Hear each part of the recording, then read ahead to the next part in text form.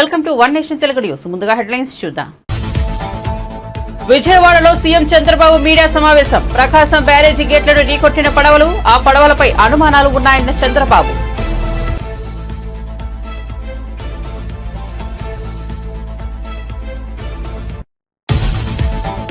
మహబూబాబాద్ జిల్లాలో అత్యధిక వర్షపాతం నమోదైందని ముఖ్యమంత్రి రేవంత్ రెడ్డి వెల్లడి. మృతుల కుటుంబాలకు 5 లక్షల చొప్పున పరిహారం ప్రకటించామన్న సీఎం. పంట నష్టం అంచనా వేసి పరిహారం చెల్లిస్తామన్న ముఖ్యమంత్రి.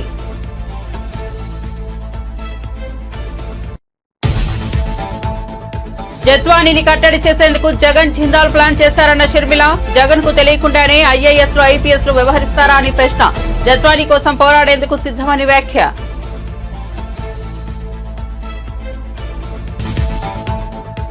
ఎప్పుడైనా ఇంత వరద వచ్చిందా అనే విషయాన్ని జగన్ తెలుసుకోవాలని మంత్రి నారాయణ వ్యాఖ్య. బాధితులందరికీ ఆహారం అందాలని సీఎం ఆదేశించారన్న నారాయణ. 6 లక్షలకు పైగా ఆహార నీళ్ల ప్యాకెట్లు అందించామని వెల్లడి.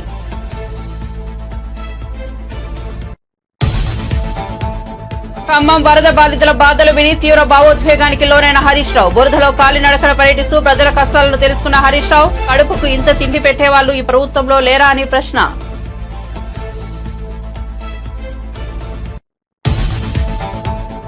మాజీ మంత్రి సీదిలి అప్పలరాజు పేరు మార్చేసిన ఎమ్మెల్యే గౌతు శిరీష. చంద్రబాబు స్పందిస్తున్న తీరును అప్పలరాజు టార్గెట్ గా చేసి విమర్శలు చేయడం సిగ్గుచేటని వెల్లడి. నోటిని అదుపులో పెట్టుకోవాలని, లేకుంటే ఫలితం వేరే విధంగా ఉంటుందని హెచ్చరిక.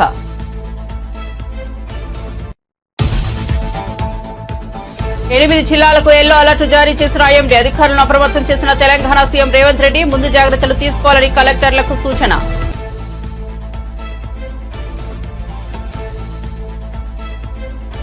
ఇక వార్త వివరాల్లోకి వెళ్తే ఏపీ సీఎం చంద్రబాబు విజయవాడలో మీడియా సమావేశం నిర్వహించారు. ఈ సందర్భంగా ఆయన మాట్లాడుతూ ప్రకాశం బ్యారేజీ గేట్లను కొన్ని పడవలు ఢీకొట్టడంపై స్పందించారు. ప్రకాశం బ్యారేజీ గేట్లను ధ్వంసం చేసే ప్రణాళికలో భాగంగానే ఆ నాటు పడవలను వదిలారా, లేక ఆ పడవలు ప్రమాదవశాత్తు వరద ప్రవాహానికి కొట్టుకొచ్చాయా అనే అంశంపై అనుమానాలు ఉన్నాయని అన్నారు.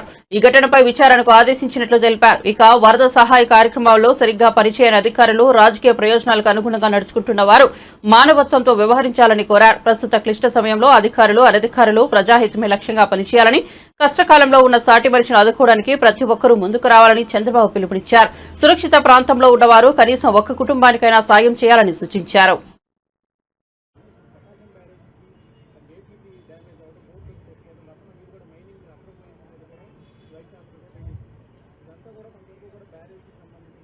ఇప్పుడు నేనేమంటున్నానంటే, మీరు అన్నట్టు కుట్రలు జరుగుతూనే ఉన్నాయి. ఇంత వర్షం పడితే, ప్రజలు ఇంత ఇబ్బందుల్లో ఉంటే గుడ్ల వల్ల ఇష్యూ రేజ్ చేస్తారండి? బుద్ధి జ్ఞానం ఉందా మీకు? రాజకీయం ముసుగులో నేరస్తులు కాకపోతే ఏంటిది? అంటే మా అటెన్షన్ డైవర్ట్ చేసి ప్రజలకు ఇబ్బంది పెట్టాలని మీ ఆలోచన. ఇప్పుడు కూడా మీరు అన్నారు ఆ బోర్డ్స్ వచ్చాయి, ఎక్కడి నుంచి వచ్చా కూడా ఇన్వెస్టిగేషన్ చేస్తాం, ఎందుకు వచ్చా కూడా ఇన్వెస్టిగేషన్ చేస్తాం. అందులో కూడా ఎవరైనా ఉంటే, మీరు అన్నట్టు ఆ బోట్లు వచ్చినప్పుడు కరెక్ట్గా అది కొట్టుకున్న ప్లేస్ చూశాను నేను. ఆ ఇది కూడా బెండ్ అయింది, వంగిపోయింది. పిల్లర్ కాదు, పిల్లర్ మధ్యలో ఉండే జాయింట్ వెయిట్ వెయిట్ వెయిట్ అది వెయిట్ అంటారా, అది కంట్రోల్ అన్నమాట. 2 పిల్లర్స్ మధ్యలో గేట్ ని కంట్రోల్ చేయడం కోసం పెట్టినటువంటి ఆ గేట్ అక్కడ ఉంటుంది, దాని సపోర్టింగ్ ఒక కాలం, దాన్ని కొట్టుకునింది. అది బెండ్ అయిపోయి ఇరిగిపోయే పరిస్థితి వచ్చింది. అంటే ఏంటిది? ఎప్పుడు చరిత్రలో జరగల ఇలాంటివన్నీ జరుగుతున్నాయి. ఇప్పుడు అనుమానం రాని వారికి కూడా అనుమానం వచ్చే పరిస్థితి. ఎందుకు బాబాయిని చంపి నెక్స్ట్ డే నారాసురు రక్త చరిత్ర రాయగలిగిన వాళ్ళు ఇంక అనుమానం ఎందుకు రాదండి? Now I'm forced to suspect. ప్రతి ఒక్క ఈవెంట్ చూడండి, పాయిజన్ హాస్టల్స్లో ఏంటివన్నీ 1-4 సార్లు చెప్తున్నాను. ఇంక అందరిపైన నేను మా వాళ్ళపైన యాక్షన్ తీసుకోండి. ఎందుకంటే ఎక్స్ట్రా కేర్ఫుల్గా ఉండవలసిన బాధ్యత అధికార యంత్రాంగం పైన ఉంది. ఒకటి జరగకుండా చూసుకోవాలి, ఇలాంటి దుర్మార్గుల నుంచి కాపాడుకుంటూ ముందుకు పోవాలి, విజిలెంట్గా ఉండాలి. అది కూడా పెట్టాను. ఇప్పుడు అది కూడా అవేర్నెస్ తీసుకొస్తాం. నేను ఎవరు తప్పు జరిగినా, ఏ క్వార్టర్లో తప్పు జరిగినా బాధ్యత మీదే గుర్తుపెట్టుకోండి. నిన్న మొన్న కొంతమంది ఆఫీసర్లు ఇక్కడికి పంపిస్తే సరిగా పనిచేయకుండా కొంత ఇది చేసే అది కూడా నా నోటీస్కి వచ్చింది. I'm very clear, we are all here.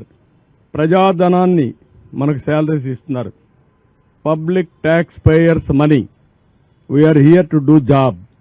అంతేగాని ఇంకొక మాట ఎవరైనా మాట్లాడితే మాత్రం చాలా సీరియస్గా ఉంటుంది.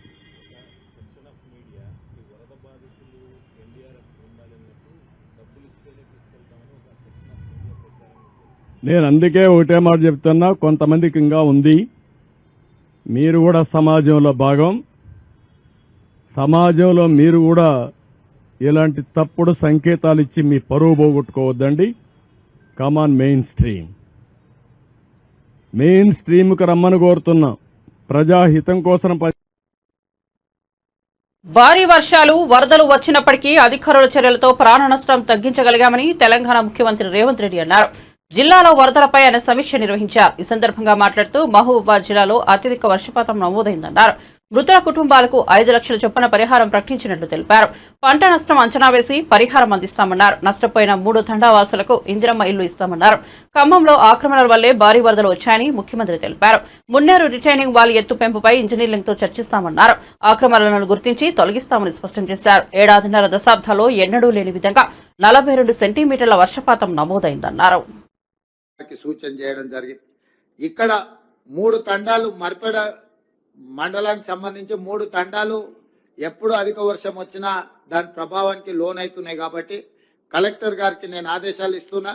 ఆ 3 తండాలను సురక్షితమైన ప్రాంతానికి తరలించి ఒక కాలనీని తయారు చేసి ఒకే దగ్గర వాళ్ళందరికీ ఇండ్ల పట్టాలు ఇవ్వడమే కాకుండా వాళ్ళందరికీ ఇందిరమ్మ ఇండ్లు ఇచ్చి ఒక మంచి కాలనీని ఒక ఆదర్శ కాలనీగా తీర్చిదిద్ది వాళ్ళకి అన్ని మౌలిక వసతులు ఏర్పాటు చేసే విధంగా ప్రతిపాదనలు తీసుకొని వచ్చి జిల్లా మంత్రులు ఇన్ఛార్జ్ మంత్రి గారి ద్వారా ప్రభుత్వం అనుమతి తీసుకొని తక్షణమే ఆ పనులను చేపట్టాల్సిందిగా నేను సూచన చేస్తున్నా. దాని మీద కూడా నివేదికలు తయారు చేసుకోవాలి. అదేవిధంగా ఈ పశు సంపద ఏదైతే చనిపోయిందో పశువులకు 50,000 రూపాయలు మనం ఇస్తున్నాం నష్టపరిహారం. గొర్రెలకు మేకలకు 5,000 రూపాయలు నష్టపరిహారం ఇస్తున్నాము. తక్షణమే ఆ నష్టపరిహారాన్ని కూడా అంచనా వేసి అగ్రికల్చర్ అండ్ రెవెన్యూ సిబ్బంది వాళ్ళు వెళ్ళి ఈ నష్టాన్ని కూడా ఏం జరిగిందో యానిమల్ హస్బెండరీ డిపార్ట్మెంట్ను కూడా ఇన్వాల్వ్ చేసి ఈ నివేదికలు తయారు చేసి వాళ్ళకి నష్టపరిహారం ఇవ్వండి. అదేవిధంగా దాదాపుగా 30,000 ఎకరాల పంట నష్టం అంటున్నారు. అగ్రికల్చర్ సిబ్బందిని కూడా గ్రామాలకు వెళ్ళి ఇంకా ఏమైనా అధికంగా ఉందా, ప్రజలకు ఏం నష్టం జరిగింది, రైతులకు తక్షణమే చూసి ప్రతి ఎకరాకు 10,000 రూపాయల నష్టపరిహారానికి ప్రతిపాదనలు పంపించి తక్షణమే సహాయక చర్యలను కూడా చేపట్టండి. అదేవిధంగా ఇప్పుడు ఈ రోడ్లకు సంబంధించి కానీ హౌజెస్కు సంబంధించి కానీ ప్రధానమంత్రి ఆవాస్ యోజన కింద ఇట్లా ప్రమాదాలు జరిగినప్పుడు ఈ ఇండ్లు పోతే కేంద్ర ప్రభుత్వం నుంచి కూడా మనము నష్ట సహాయాన్ని వాళ్లకు సహకారం అందించడానికి నివేదికలు పంపించవచ్చు. కేంద్ర ప్రభుత్వం నుంచి కూడా ఏమేమి మనము నష్టపరిహారం దీనికి పొందవచ్చో నివేదికలు తయారు చేయండి. కేంద్ర ప్రభుత్వానికి కూడా నివేదించడానికి మనం నిన్ననే ప్రధానమంత్రి గారికి లేఖ రాష్ట్రము తెలంగాణ రాష్ట్రంలో వచ్చిన ఈ ఉపద్రవము జాతీయ విపత్తుగా ప్రకటించాలి. తక్షణమే 5,438 కోట్ల రూపాయల నష్టం జరిగిందని తాత్కాలిక అంచనా రాష్ట్ర ప్రభుత్వ యంత్రాంగం అంచనా వేసిండ్రు. ఈ అంచనాను పరిగణలోకి తీసుకొని 2,000 కోట్ల రూపాయలు తక్షణమే తెలంగాణ రాష్ట్రానికి విడుదల చేయండి. అదేవిధంగా ఈ తెలంగాణ రాష్ట్రంలో జరిగిన నష్టాన్ని, ప్రాణ నష్టాన్ని, ఆస్తి నష్టాన్ని చూడడానికి ప్రధానమంత్రి గారిని కూడా ఆహ్వానించడం. ఎందుకంటే ప్రధానమంత్రి గారు ప్రత్యక్షంగా తెలంగాణ రాష్ట్రంలో జరిగిన నష్టాన్ని పరిశీలిస్తే వారు అధికంగా నిధులు ఇచ్చే తెలంగాణ రాష్ట్రాన్ని ఆదుకోవడానికి అవకాశం ఉంటుంది. కాబట్టి తెలంగాణ రాష్ట్ర ప్రభుత్వం తరఫున ప్రధానమంత్రి గారిని కూడా మనం ఆహ్వానించడం జరిగింది. ఒకవేళ వారు పర్యటనకు వస్తే వారికి నివేదికలు అందించడానికి మహబూబాబాద్ జిల్లాలో జరిగిన అంచనాలను పూర్తి స్థాయిలో నివేదికలు తయారు చేసి ప్రభుత్వానికి పంపాల్సిందిగా ఈరోజు నేను కలెక్టర్ గారికి ఆదేశాలు జారీ చేయడం జరుగుతుంది. అదేవిధంగా ఇప్పుడు మీరు ఇచ్చిన నివేదిక చాలా వరకు డీటెయిల్గా ఉన్నది. ఇప్పుడు జరిగిన నష్టాన్ని మీరు ఒక కోణంలో చెప్పారు, కానీ వాస్తవంగా ఇప్పుడు వర్షం తగ్గడం, వరదలు తగ్గడం, వరదలపై వైసీపీ అధినేత జగన్ ఇష్టం వచ్చినట్లు మాట్లాడుతున్నారని, వరదకు సంబంధించిన పూర్తి వివరాలను ముందు ఆయన తెలుసుకోవాలని మంత్రి నారాయణ హితవు పలికారు. ఎప్పుడైనా ఇంత వరద వచ్చిందా అనేది తెలుసుకోవాలని అన్నారు. భారీ వరదలు వచ్చినప్పుడు పరిస్థితులు ఎలా ఉంటాయో తెలుసుకోకుండా మాట్లాడడం సరికాదని చెప్పారు.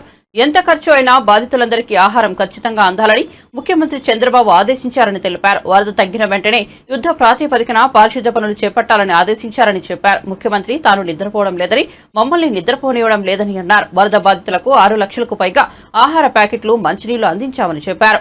బుడమేరు మాత్రమే కాకుండా ఎక్కడైనా సరే ఇల్లు కోల్పోయిన వారికి ఇల్లు ఇస్తామని తెలిపారు. ప్రతి ఒక్కరికి సాయం అందేలా అన్ని చర్యలు తీసుకుంటామని చెప్పారు. చేయమని ముఖ్యమంత్రి గారి ఆదేశంతో ఈరోజు యాక్చువల్గా అన్ని శాఖలు పనిచేస్తున్నాయి. ఈ ఫుడ్కి సంబంధించి యాక్చువల్గా దాదాపు ఈరోజు అయితే 6 లక్షల పైగా breakfast, more than 6 lakhs water supply చేస్తున్నారు. నిన్న మొన్న సప్లై చేసిన దానికి దాన్ని ఇంకా పెంచమని ముఖ్యమంత్రి గారు చెప్పడం, అందువల్ల పక్క జిల్లాలో అయినటువంటి కర్నూలు కావచ్చు, అటు నెల్లూరు కావచ్చు, ఇటు ఈస్ట్ వెస్ట్ నుంచి కూడా మా మున్సిపల్ కమిషనర్కి ఆదేశించి అక్కడి నుంచి ఒక్కొక్కరిని యాక్చువల్గా 50,000, 60,000 ఫుడ్ ప్యాక్స్, బ్రేక్ఫాస్ట్, లంచ్ అయితే 1 lakh, ఈవినింగ్ డిన్నర్ అయితే 1 lakh పంపించమని ఒక్కొక్కరిని, అంటే దాదాపు 5 లక్షలు యాక్చువల్గా ఈరోజు. వైసీపీ నేతల అక్రమ ఇసుక దందా వలనే బుడమేరుకు గండ్లు పడి కోతకు గురైందని టీడీపీ రాష్ట్ర అధ్యక్షులు పల్లా శ్రీనివాసరావు యాదవ్ విమర్శలు గుప్పించారు. మంగళవారం మీడియాతో మాట్లాడుతూ గత 5 ఏళ్లు బుడమేరును గాలికొదిలేసిన జగన్ నేడు ప్రభుత్వంపై బురద చల్లేందుకు వచ్చారని మండిపడ్డారు. విపత్తుల సమయంలో జగన్ ఏనాడు బాధితుల పక్షాన నిలబడలేదన్నారు. 5 ఏళ్ల పదవీ కాలంలో సాయంత్రం 5 తర్వాత ఒక్కరోజు కూడా జగన్ బయటకు రాలేదన్నారు.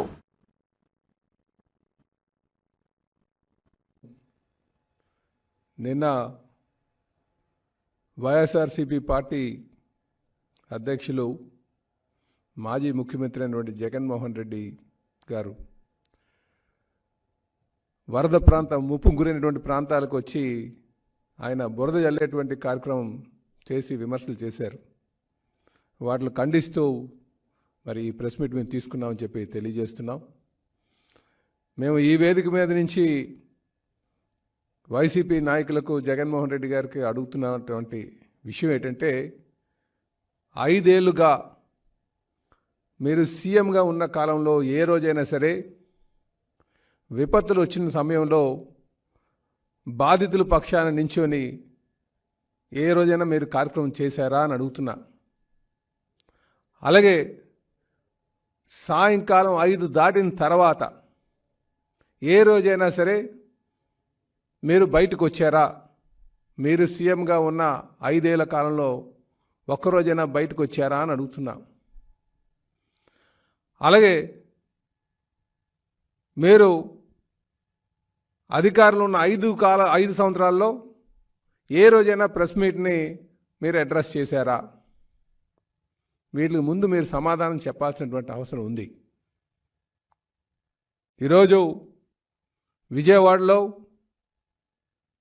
మరి వరదకి ముంపు గురైనటువంటి పరిస్థితుల్లో రాష్ట్ర ముఖ్యమంత్రి గారు, తెలుగుదేశం పార్టీ జాతీయ అధ్యక్షులు శ్రీ నారా చంద్రబాబు నాయుడు గారు రోజుకి 20 గంటలు, గడిచిన 2 రోజులుగా సుమారు 40 గంటల పాటు ప్రజల్లోనే ఉంటూ, కలెక్టర్ ఆఫీసులోనే బస చేసి, బస్సులోనే నివాసం ఉంటూ, అధికార యంత్రాంగాన్ని అంతా అప్రమత్తం చేసి నేరుగా బాధితుల దగ్గరికి వెళ్ళి వాళ్ళ కష్టాలు తెలుసుకొని వాళ్ళకి భరోసా కల్పిస్తూ ముందుకు వెళ్తుంటే మీరు బురద జల్లేటువంటి కార్యక్రమం చేస్తారా?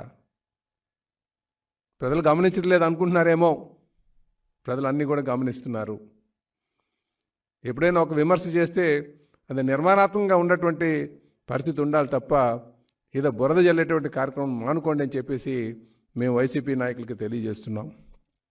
ఈరోజు ముఖ్యమంత్రి గారు ఫీల్డ్లో ఉన్నారు కనుక ఈరోజు యంత్రాంగం అంతా కూడా అప్రమత్తంగా ఉండి శరవేగంగా ఆ సహాయ కార్యక్రమం చేపడుతున్నారు.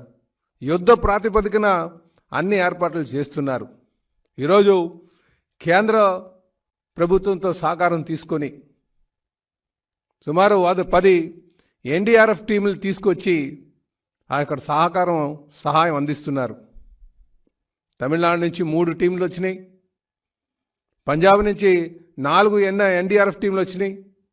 అలాగే ఒరిస్సా నుంచి 3 టీంలు తీసుకొచ్చి అక్కడ శరవేగంగా యుద్ధ ప్రాతిపదికన సహాయ సహకారాలు అందిస్తుంటే బురద జల్లే కార్యక్రమం చేస్తున్నారు మీరు.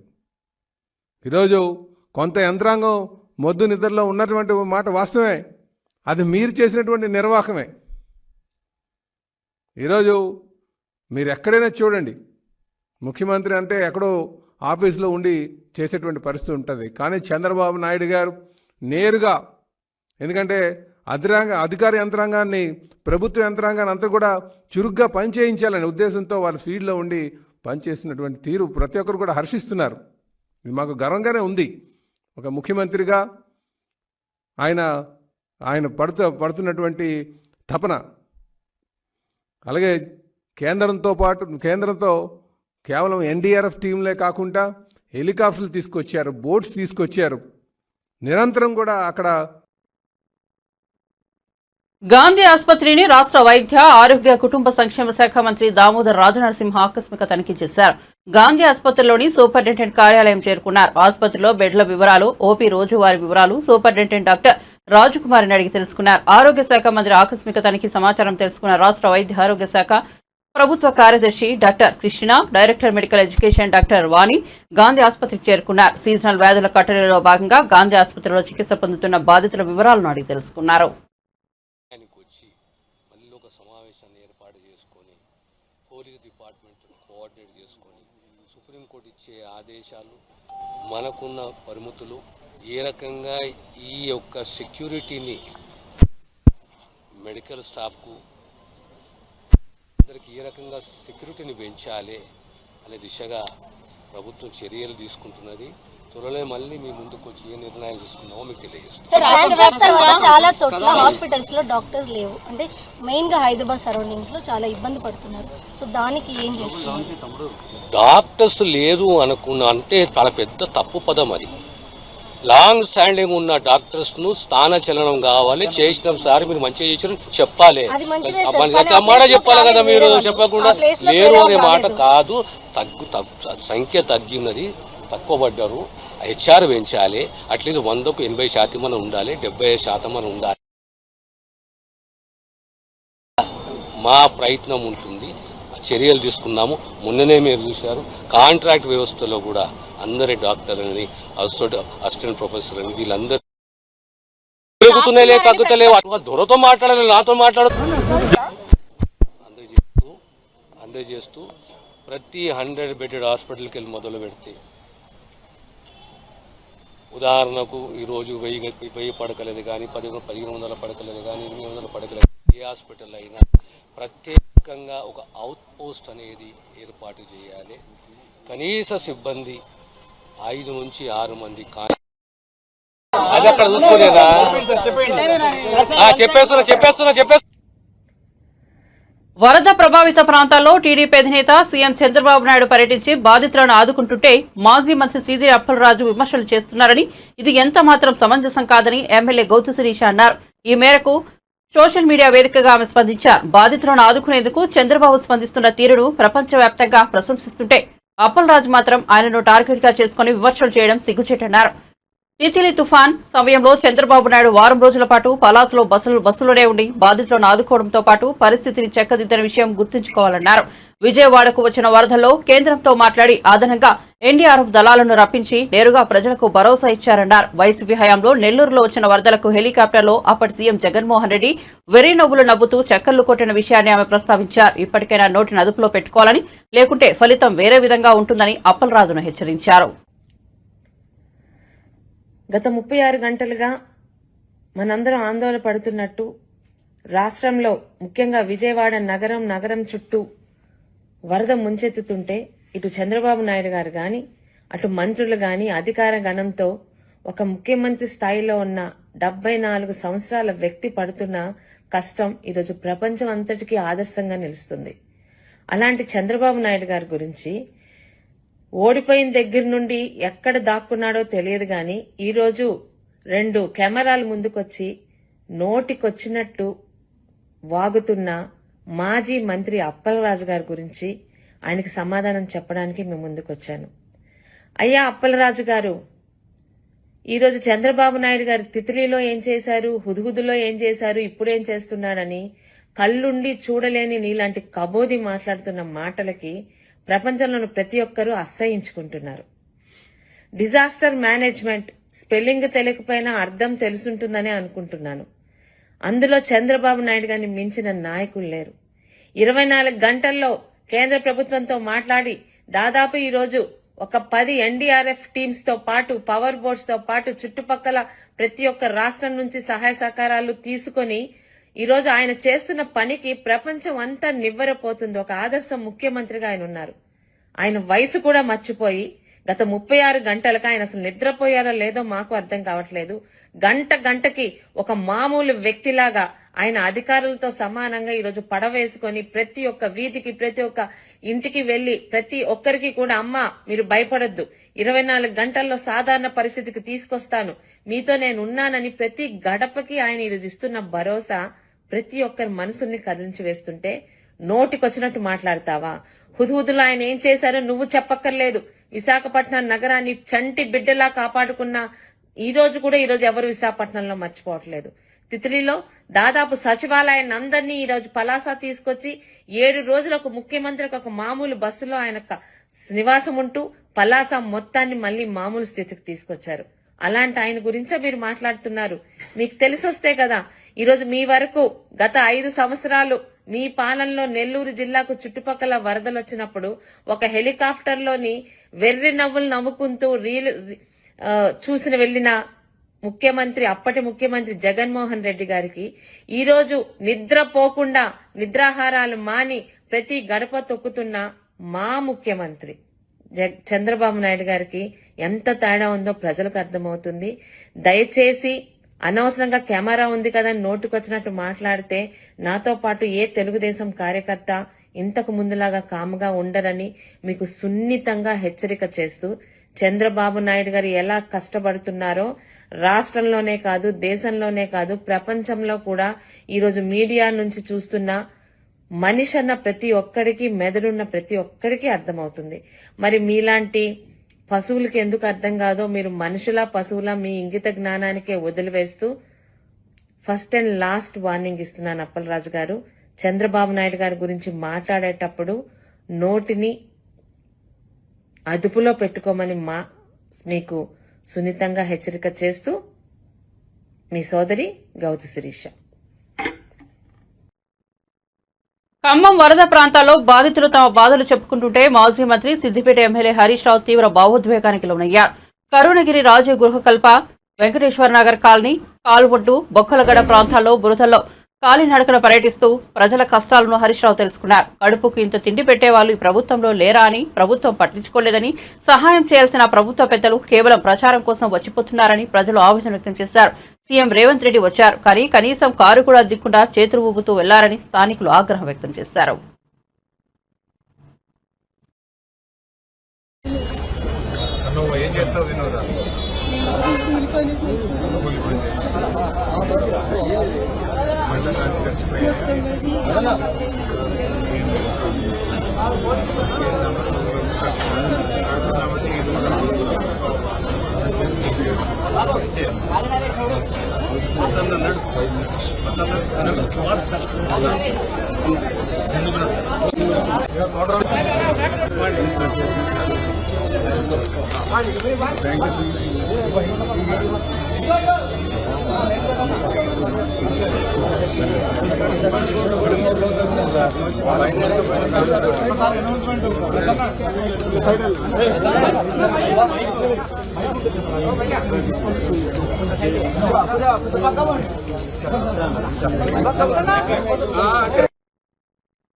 నటి కాదంబరి జత్వానీని కట్టడి చేయడానికి మాజీ ముఖ్యమంత్రి జగన్ పారిశ్రామికవేత్త సజ్జన్ జిందాల్ కలిసి ప్లాన్ చేశారని ఏపీపీసీసీ అధ్యక్షులు వైఎస్ షర్మిల ఆరోపించారు. యాక్టింగ్ ఫీల్డ్లోకి వచ్చి ఎదగాలనుకున్న జత్వానీని మానసికంగా వేధించారని చెప్పారు. ఆమె కేసు పెట్టబోతే నిర్బంధించి వేధించారని అన్నారు. ఉన్నత కుటుంబానికి చెందిన జత్వానీని ఇక్కడికి తీసుకొచ్చి అరెస్టు చేశారని మండిపడ్డారు. జగన్ కు తెలియకుండానే ఐఏఎస్ ఐపీఎస్ అధికారులు వ్యవహరిస్తారా అని షర్మిల ప్రశ్నించారు. 2 కుమార్తెలు ఉన్న జగన్ జత్వానీకి జరుగుతున్న అన్యాయంపై ఎందుకు ఆలోచించలేదని ప్రశ్నించారు. సజ్జల్ జిందాల్ తో ఉన్న సాన్నిహిత్యాన్ని జగన్ గొప్పగా చెప్పుకున్నారని గుర్తు చేశారు. జిందాల్ కు కోట్ల రూపాయలు విలువైన ఆస్తులను జగన్ ఎందుకు కట్టబెట్టారో చెప్పాలని డిమాండ్ చేశారు. జత్వానీకి అండగా ఉండి ఆమె కోసం పోరాడేందుకు తాను సిద్ధమని చెప్పారు. అది నిజం కాబట్టే జగన్మోహన్ రెడ్డి గారు జిందాల్ గారికి ఒక కడప స్టీల్ ఫ్యాక్టరీలోని 3,500 ఎకరాలు ఇవ్వడమే కాకుండా రాష్ట్రంలో వివిధ ప్రాంతాల్లో ఉన్న మైన్స్ అయితేనేమి, ప్రాజెక్ట్స్ అయితేనేమి, ఇవన్నీ కూడా కట్టబెట్టడం జరిగింది. ఎందుకు అని అడుగుతున్నాం. జిందాల్ గారు మన రాష్ట్రానికి ఏం చేశారు కాబట్టి జగన్మోహన్ రెడ్డి గారు ప్రభుత్వ ఆస్తులను కట్టబెట్టారో సమాధానం చెప్పాలి. ఈ డీల్స్ వల్ల జిందాల్ వాళ్ళు జగన్మోహన్ రెడ్డి గారికి ఏమిచ్చారో తెలియదు, కానీ రాష్ట్రానికి మాత్రం ఒరిగింది ఏమీ లేదు. ఈ రోజు వరకు కూడా కడప స్టీల్ ఫ్యాక్టరీకి సంబంధించిన 3,500 ఎకరాలు జిందాల్ వాళ్ళ చేతుల్లో ఉంది, కానీ ఇంతవరకు ₹1 ఖర్చు పెట్టింది లేదు. ఆ ప్రాజెక్టు ప్రారంభించింది లేదు. ఈ రోజు వరకు కూడా రాళ్ళు రప్పలే కనిపిస్తాయి. ఒక ఎడారి లాగా ఉంది ఆ ప్రాంతం. మరి వీళ్ళకి చిత్తశుద్ధి ఉంది అని ఎలా చెప్పుకోగలుగుతున్నారు? బీజేపీ పార్టీ 10 సంవత్సరాలుగా అధికారంలో ఉన్న పార్టీ, 10 సంవత్సరాలుగా ప్రత్యేక హోదా గురించి అయితేనేమి, విభజన హక్కుల్లో మన ఏ ఒక్కటైనా నెరవేర్చకుండా వెన్నుపోటు పొడుస్తూనే ఉన్నారు, మోసాలు చేస్తూనే ఉన్నారు. అయినా అదే బీజేపీ పార్టీకి ఒకవైపు చంద్రబాబు గారు, ఇంకోవైపు జగన్మోహన్ రెడ్డి గారు గులాంగిరి చేస్తూనే ఉన్నారు. ఎందుకు అని అడుగుతున్నాం. 25 ఎంపీలను మన రాష్ట్ర ప్రజలు ఎన్నుకుంటే 25 ఎంపీలు పోయిన 5 సంవత్సరాలు, ఈ 5 సంవత్సరాలు అదే బీజేపీ పార్టీకి ఊడిగలు చేస్తున్నారు. పార్లమెంట్లో పెట్టిన ప్రతి బిల్లుకు ఆమోదం చెప్తున్నారు. మరి ఇలాంటప్పుడు మనకు ఏమిచ్చారు అని, మన రాష్ట్రానికి ఏం చేశారు అని ఇంత బానిసలుగా తయారయ్యారో చంద్రబాబు గారు, జగన్మోహన్ రెడ్డి గారు సమాధానాలు చెప్పాలి. ముఖ్యంగా ఇక్కడ మాట్లాడుతున్నది కడప స్టీల్ ఫ్యాక్టరీ విషయం. ఈ ఫ్యాక్టరీకి సంబంధించి ఇది రాజశేఖర్ రెడ్డి గారి కళ, ఇది ఆంధ్ర రాష్ట్ర ప్రజలకు అవసరం. కడప జిల్లా ఎడారి ప్రాంతానికి చాలా అవసరమైన ప్రాజెక్టు. ఇంతవరకు ఒక్క అడుగు కూడా ముందుకు వేయకపోగా అది బీజేపీ ఆర్ఎస్ఎస్ లపై కీలక వ్యాఖ్యలు చేశారు కాంగ్రెస్ పార్టీ సీనియర్ నేత మాజీ ఎంపీ వి హనుమంతరావు. మంగళవారం ఆయన మీడియాతో మాట్లాడుతూ ఆర్ఎస్ఎస్ కులగణనతో ముప్పు ఉంటుందన్నారు. కేవలం ఉద్యోగ నియామకాలతో మాత్రమే కులగణన ఉండాలని, రాజకీయాల్లో కులగణన వద్దని ఆర్ఎస్ఎస్ అంటుందన్నారు. కులగణన చేస్తే దేశం మునిగిపోతుందా అని ప్రశ్నించారు హనుమంతరావు. ఆర్ఎస్ఎస్, బీజేపీ దేవుళ్ల పేరు మీద రాజకీయాలు చేస్తున్నారని విమర్శించారు. రాజకీయ నాయకులు కేవలం ఓట్లు వేసే మిషన్లా అంటూ మండిపడ్డారు. ఆర్ఎస్ఎస్ వ్యాఖ్యలతో బీజేపీ నిజస్వరూపం బయటపడిందన్నారు హనుమంతరావు. దీనికి కేంద్ర మంత్రి బండి సంజయ్, ఎంపీ ఈటెల రాజేందర్ సమాధానం చెప్పాలని డిమాండ్ చేశారు. ఆర్ఎస్ఎస్ నాయకులను ఇవాళ మన రాష్ట్రంలో ముగ్గురు లోక్సభ మెంబర్స్ అడుగుతున్నా, అది ఈటెల రాజేందర్ కావచ్చు, అదేవిధంగా బండి సంజయ్ అడుగుతున్నా, మీరు దీనికి ఒప్పుకుంటున్నారా లేదా? మా ఓట్లే కావాలని అడుగుతున్నా. రాహుల్ గాంధీ తీసుకున్న నిర్ణయం అది హిస్టారికల్ నిర్ణయం. ఆయన తప్పనిసరిగా కులగన జరిగితేనే మాకు న్యాయం జరుగుతుంది. 1931లో అయింది కులగన. ఇవాళ మీరు కులగన చేస్తామంటే కులగనకు మేము వ్యతిరేకం కాదు, కానీ వాళ్ళ సంఖ్య ఎంతున్నదో తెలియాలి, వాళ్లకు ఏదన్నా సహాయం చేయాలి, కానీ రాజకీయాలకు ఉపయోగించుకోవద్దంటే ఇది కొత్త తీరేది. నాకు బులెటిన్ ముగించే ముందు హెడ్లైన్స్ మరోసారి చూద్దాం. ఇవి బులెటిన్ విశేషాలు. చూస్తూనే ఉండండి DH న్యూస్. విజయవాడలో సీఎం చంద్రబాబు మీడియా సమావేశం. ప్రకాశం బ్యారేజీ గేట్లను ఢీకొట్టిన పడవలు, ఆ పడవలపై అనుమానాలు ఉన్నాయన్న చంద్రబాబు.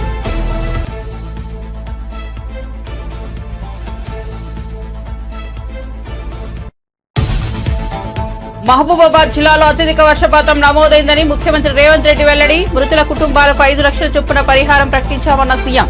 పంట నష్టం అంచనా వేసి పరిహారం చెల్లిస్తామన్న ముఖ్యమంత్రి.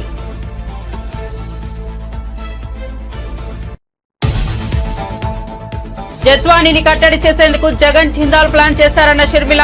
జగన్ కు తెలియకుండానే IAS లు IPS లు వ్యవహరిస్తారా అని ప్రశ్న. జత్వానీ కోసం పోరాడేందుకు సిద్ధమని వ్యాఖ్య.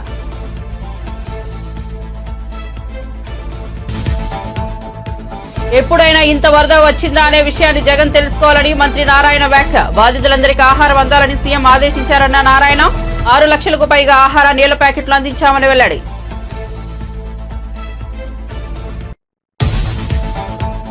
ఖమ్మం వరద బాధితుల బాధలు విని తీవ్ర భావోద్వేగానికి లోనైన హరీష్ రావు. బురదలో కాలినడకన పర్యటిస్తూ ప్రజల కష్టాలను తెలుసుకున్న హరీష్ రావు కడుపుకు ఇంత తిండి పెట్టేవాళ్లు ఈ ప్రభుత్వంలో లేరా అని ప్రశ్న.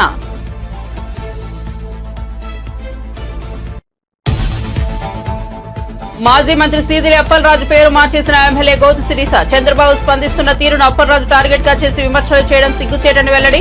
నోటిని అదుపులో పెట్టుకోవాలని, లేకుంటే ఫలితం వేరే విధంగా ఉంటుందని హెచ్చరిక.